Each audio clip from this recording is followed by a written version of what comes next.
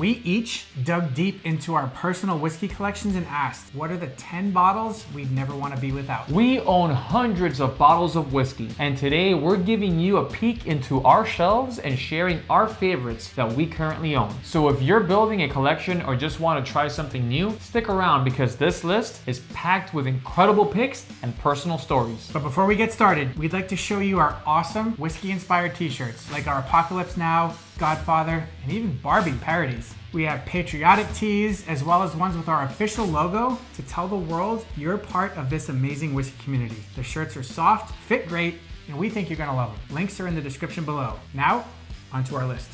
So coming in at my number 5 favorite bottle that I currently own is Eagle Rare 10 Year. Now I know it gets a little flack from the Tater crowd, but I am telling you that this is just flat out a great bourbon. It's the one that I reach for when I'm introducing someone to whiskey. This is my dailiest daily sipper. I could drink this for breakfast, it's so good. Put it over a little bit of Cinnamon Toast Crunch. Oh my gosh, Ryan. You just melted my heart. Dude, that's a hell of a start, dude. That is a classic. Yes. No finishes, it's not gimmicky, it's just great American bourbon. Exactly. You get vanilla, caramel, a little baking spice, and it all works in perfect harmony. There's nothing fancy going on here, and it doesn't need to be. And honestly, if you can find it close to retail, which is about $40 to $45 these days, no brainer. For me, this is what the gold standard should be of what a well-aged Kentucky bourbon should taste like. It may not be flashy, but it's one of the most dependable bottles on my entire shelf. Phenomenal choice for your number 5. I love me some Eagle Rare. I don't blame you. You shouldn't. No one should blame me. For anything. For anything. Ever. I'm an angel. With a filthy soul. All right, Ryan, what is anchoring your list at number 5? So for my number 5, I'm going with one out of Maryland. Sagamore Spirit Double Oaked Rye. I knew you were gonna go with that one. Did you? I knew it. I knew it was gonna be in the top 5 because you love this bottle. Oh my gosh. This one, oh my God. Was that a little dramatic? To me, this bottle is criminally underrated. It's bold, it's rich, it's got that dessert-like sweetness. It comes from the double oak treatment, but without losing the spice that makes rye exciting. Yeah, this is a definite banger. I am so glad you put this on the list, and I would expect nothing less from you because honestly, every single time I go to your house, I want to get a pour of this little cheeky bad boy because it is incredible. It reminds me of the cinnamon toast spice with a little hint of maybe like hot honey. Oh, it's delicious. That, sir, was a great description. That combo of dark caramel, toasted oak, and rye spice, it just works. And the texture is thick, it's syrupy. It drinks like something way more expensive than $60. Oh, it's so good. In fact, he's drinking it now. I'm about to. He was so excited that he left me behind. I couldn't wait. Yeah, rye typically has such a strong kick, but this one really is one of the few ones that feels and tastes like a treat. So when I want something with complexity, but also just pure comfort, this is what I reach for. It's an underrated standout in the rye world. It is my favorite rye. Wow. It is my favorite rye. Bold statement. I've come out and said it. It's on camera. The world heard you. And if the world heard me, it must be true. What's coming in at your number 4? Oh, Ryan, I'm so glad you asked because my number 4 is Bourbon 14. Now, I've had a lot of Scotch over the years, and Bourbon 14 still holds up as my favorite. It's a Highland single malt, but it brings in that coastal vibe. This is complex, this is beautiful, and this is tasty. So I vividly remember when we did our Scotch tier list, you gave this bottle a 99. I think that says it all right there. I sure did, Ryan, because it is so balanced. You can drink it casually or really sit with it and explore all the layers. It's the kind of bottle that you pour when you want something dependable, but still refined. That's a great point. It's one of those pours, it just reminds you of how good simplicity can be. It doesn't have to be over the top. But given that simplicity that you're saying, it has so much flavor. You get orange zest, some honey sweetness, and then followed by that campfire smoke. Oh, Ryan, you got me all worked up, man. Very few Scotch whiskeys give me those flavors. And that's why this sexy little lady belongs in my top 5. While you're winking at the camera over here, I'm telling you it's a good choice. You sure are, and it sure is. All right, Ryan, so my number 4 was Bourbon 14. What is your number 4? So for my number 4, I am going with New Riff 6-year malted rye. Look at you loving those ryes. No kidding. Oh man, that's a good one too. I never would have thought in my top 5 collection that I would have picked 2 rye whiskeys, but here we are. This one doesn't get talked about nearly enough, and honestly, it deserves way more attention. To be clear, this is a malted rye, so it's a different beast than your typical spicy punch in the face rye. It's more polished, it's softer, and it has this rich chocolatey profile that really stands out. Yeah, malted ryes really catch me off guard because they've got so much edge, but still so much finesse. It's so good. And not only that, it gives you layers. So this one, you're gonna get some cocoa powder, toasted grain, and even a little mint on the finish that sometimes you get with ryes. And the texture, it's almost buttery. It's so buttery. It's so good. Yeah, New Riff has been putting out some seriously slapped on stuff.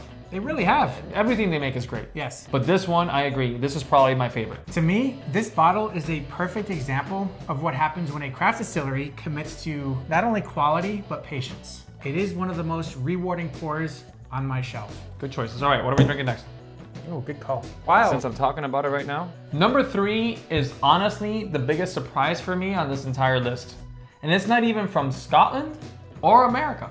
This one is from India. My number 3 is Amrut Fusion. I bought this for our international whiskey battle video, and honestly, I have been obsessed with it ever since. It's a single malt made from 75% unpeated Indian barley and 25% peated Scottish barley, and the fusion of those two, Ryan, they just make magic. It is.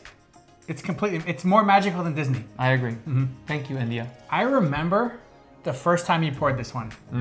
You were like, here, just trust me. You know what? You are right, because I'm still alive.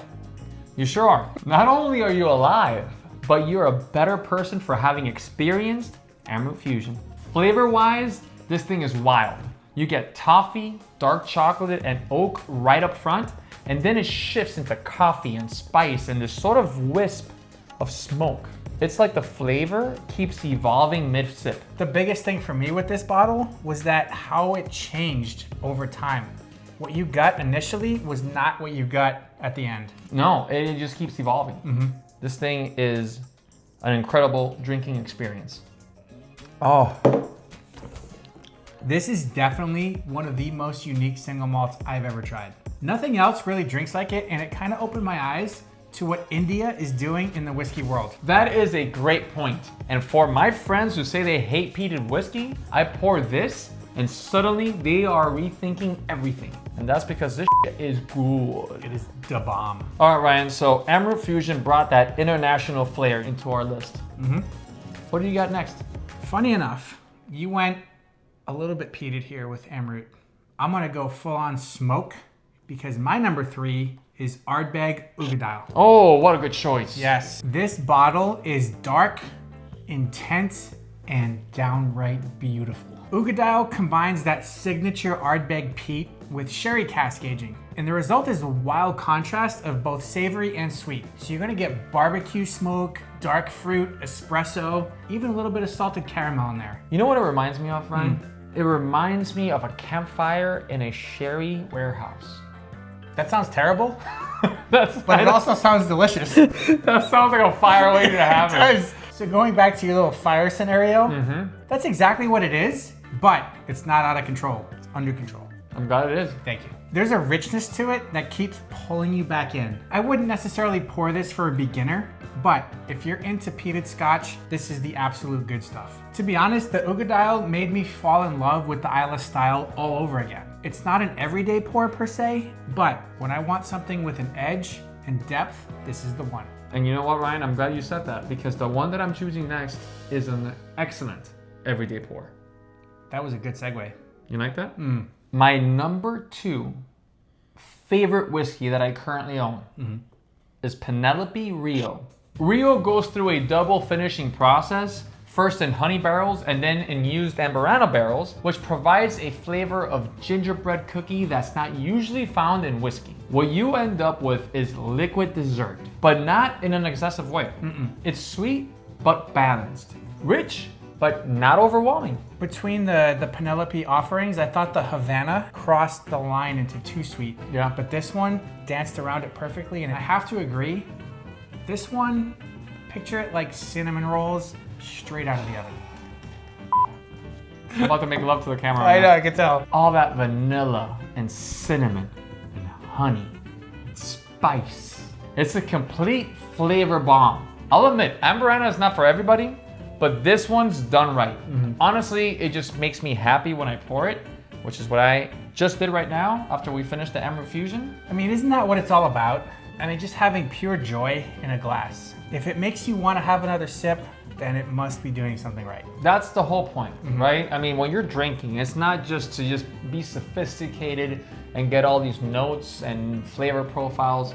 The idea is that you have to enjoy it and you have to have fun. And there's nothing more enjoyable to me than the Rio. I feel like a child jumping into a ball pit for the first time. That's what this feels like to me. I love that. Right? You ready? Oh, am I ready? Dude. What? Don't tease me. All right, Ryan. I just spoke about all the joy that Penelope Rio gave me. I want to know what brings you joy. What is your runner-up for your best bottle in your collection? For my number 2, I'm going with Woodford Reserve Double Oaked. I could see your flavor profiles by your top 5. You got rye, you got double oaks. It's like you like that oaky, smoky flavor. Yeah, you know, a lot of people don't like the overly oaked flavor, but I particularly love it. Oh, absolutely. Yeah. Especially living in Texas where you get a lot of barbecue and all that stuff. I feel like this is the perfect complement to barbecue. Now, it's not rare and it's not over the top, but it's one of the most consistent, satisfying bourbons I've ever owned. For me, this is the bottle I reach for when I want something comforting and full flavored. It's full of caramel, toasted marshmallow, dark fruit, and just the right amount of oak spice. I've poured this for people who are brand new to bourbon and also for seasoned drinkers, and everyone loves it. It's approachable, it tastes expensive, and it just feels like a treat every time. But the best part is that this thing's only about $48 and you can find it on every shelf. I got a story about the double oaked. Oh, So for my cousin's wedding, we wanted to get a special bottle for all the groomsmen. okay. You know what we ended up getting? I mean, is it really a stretch of the imagination to guess? We got Emerald Fusion. We ended up going with Woodford Reserve Double Oaked. No kidding. Yeah. So all their groomsmen got a bottle. No. No. We got one big bottle and we shared it. Oh, okay. I was like, damn, dude, you spared no expense. We sure did. We spared a few expenses. Before we reveal our number 1 picks, we each brought one honorable mention. Something that just barely missed the cut, but still deserves a shout out. Yeah, it was hard for me to leave this one out of my top 5, but honorable mention is the Macallan Terra. Terra is part of the Macallan's Quest collection, and unless you're traveling internationally, you're probably not gonna find it in the US, and that's why it made it to my honorable mention and not my top 5. As a matter of fact, Ryan actually got this one for me as a birthday present from a duty-free store in Panama, right? Yeah, that's right. It's balanced, it's complex, and the finish lingers in all the best ways. I love the toffee, dry fruit, and dark chocolate notes I get from this bad boy. And if you're flying through a duty-free shop and spot this sexy little bottle, do yourself a favor and get it. It is truly my favorite Macallan offering yet. All right, so the Macallan Terra was my close call. What is yours, Ryan? For me, it was Maker's Mark, the Heart Release. Now, I went back and forth on this one. It could have easily been in my top 5, but the reason it wasn't is because it was a limited release from Makers. And honestly, it's one of the best things they've ever put out. It takes everything that I already like about Makers and it dials it up. So you get dark chocolate, cinnamon spice, and a longer toasted oak finish. It's a weighted bourbon with real character. It's layered, it's complex, but it's still approachable. And I love pouring it blind for people because no one ever guesses it's a Makers. Yeah, it's an underrated pick for sure. And I'm glad it made the bench. All right, we have made it to the top. Oh, Eddie, what is your crown jewel in your collection? my number 1 pick of all the bottles that I currently own is Jack Daniel's Coy Hill 2024 release. This thing is at 129.7 proof, and it's more than just a powerhouse pour, it's deeply personal. My wife tracked this little bad boy down for my birthday, and she went through hoops to get this allocated bottle of deliciousness, and it was worth every bit of it. Coy Hill turned out to be one of the best whiskeys I've ever tasted. From the story behind it to the flavor in the glass, this one checks all the boxes. You can't beat a bottle with that kind of meaning. And she is a rock star for tracking that thing down. I think she could be a bounty hunter. She might be on her spare time. I don't know. But as for the Coy Hill, it's aged 9 to 11 years at the highest elevation of the Jack Daniel's rickhouses, which means it's exposed to extreme temperature swings. This adds this incredible intensity to the whiskey. It's layered, it's bold, and it's somehow still perfectly balanced. It is incredible, and Ryan, I'm gonna pour a little bit of this sexiness. So what are you getting here as far as flavor notes?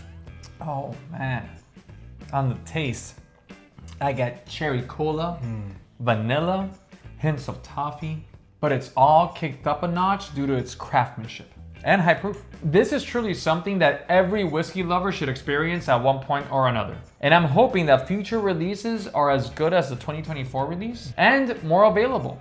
Because honestly, the world would be a better place if more people had this yummy, yummy juice. And this isn't just my favorite pour. This is honestly a reminder of why I fell in love with whiskey and my wife. So I gave you my heart and soul with my number one pick. What is your number one pick? My number one pick, it's not an allocated bottle. It's actually one that you can find pretty much anywhere. My number one bottle in my collection is Redbreast 12. I am a huge Irish whiskey fan, and Redbreast 12 is the pinnacle of Irish whiskey, in my opinion. This is actually the whiskey that opened my eyes to Irish whiskey. It's rich, it's nutty, it's creamy, and it's got that signature sherry influence. So you're gonna get dried fruit, you're gonna get roasted nuts, baking spice. It's smooth without being boring, and it's complex without trying too hard. I've poured this one for people who've only ever had cheap Irish whiskey, and their eyes light up. It's one of the best values in whiskey, under $60. I have way more expensive bottles on my shelf, even within the Redbreast lineup itself. But Redbreast 12 isn't just my favorite Irish whiskey, it is my favorite whiskey, period. Wow, Ryan. That just gave me all the feels inside. Yeah, it should. All right, pour that sucker. Yeah, after drinking the Coy Hill, this is like drinking apple juice. It is. But it's delicious. It is. So there it is.